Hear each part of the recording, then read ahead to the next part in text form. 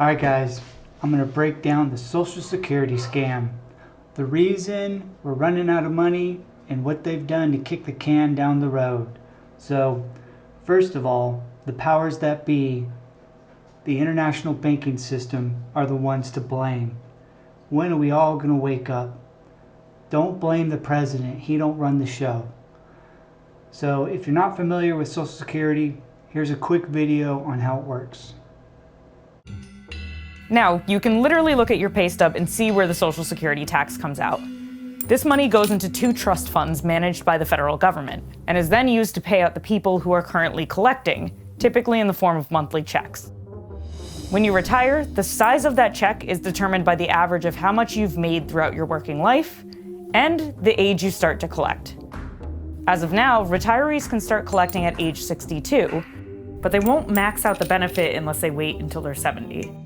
So, to recap, current workers pour money into trust funds, and those trust funds are used to pay out current beneficiaries. As long as people are working, this tax is being paid and there will always be money in those funds. So why does everybody keep saying it's being drained? So the reason that Social Security faces a long-term financing shortfall is the aging of the population. In other words, boomers. Here's a chart of the US population. As you can see, there's a bump here. That's the baby boomer generation. For decades, this giant population was the main workforce that paid into Social Security. That means more people were putting money in than taking money out. So those trust funds that we talked about earlier had a surplus, and the US Treasury took that extra money and invested it. And those investments ultimately gave us a $2.9 trillion reserve. Then came 2021.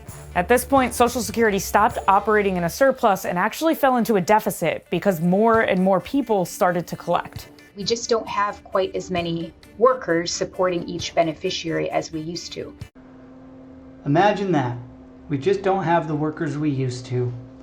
Well, I think I caught on to their scam, because I found a document here that says if all undocumented immigrants were deported today, next year's Social Security trust funds would be approximately $13 billion less. I wonder if they intentionally let people in to kick this can down the road. What a joke.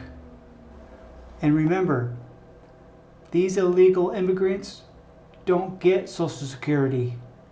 They're getting screwed too.